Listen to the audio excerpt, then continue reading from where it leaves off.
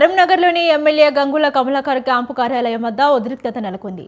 MLA Gangula కమలాకర్పై corporator Bandari Venu అనుచిత వ్యాఖ్యలు చేశారు అంటూ బీఆర్ఎస్ నాయకులు ఆందోళనకు దిగారు. బండారి వేణు సోషల్ మీడియాలోని పోస్ట్ చేసిన ఓ వీడియోపై అభ్యంతరం వ్యక్తం చేస్తూ బీఆర్ఎస్ నాయకులు నిరసన చేపట్టారు.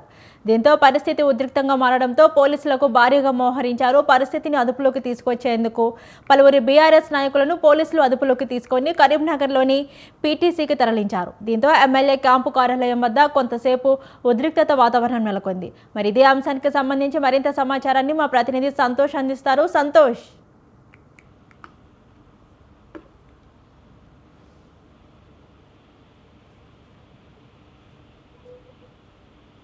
రైట్ సంతోష్ చెప్పండి.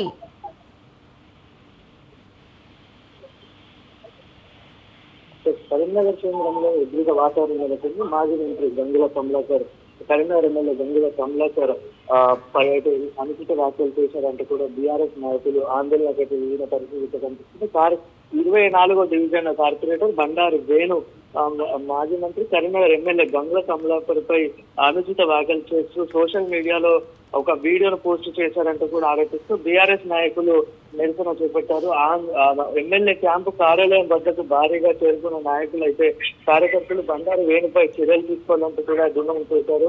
ఆందోళన నేపథ్యంలో అయితే ఎమ్మెల్యే క్యాంప్ కార్యాలయం వద్ద ఉద్రిక్త పరిస్థితులు అయితే నెలకొన్నాయి. ఇలాంటి అవాంఛనీయ సంఘటనలు చోటు చేసుకున్నా కూడా పోలీసులు అయితే పెద్ద ఎత్తున మోహరించి భారీ బందోబస్తును అయితే ఏర్పాటు చేశారు. అయితే పరిస్థితి అదుపులోకి తీసుకెళ్తాయి గత పలువురు బీఆర్ఎస్ నాయకులను పోలీసులు అయితే అదుపులోకి తీసుకోవడం జరిగింది. వారందరినీ కూడా కరీంనగర్ కేంద్రంలో ఉన్నటువంటి పీటీసీకి కూడా తరలించడం జరిగింది. అదేవిధంగా చూస్తున్నట్లయితే కార్పొరేటర్ బండారి వేణు కూడా అరెస్ట్ చేసి పోలీసులు అదుపులోకి తీసుకున్న పరిస్థితి అయితే ఉంది. Right, thank you Santosh.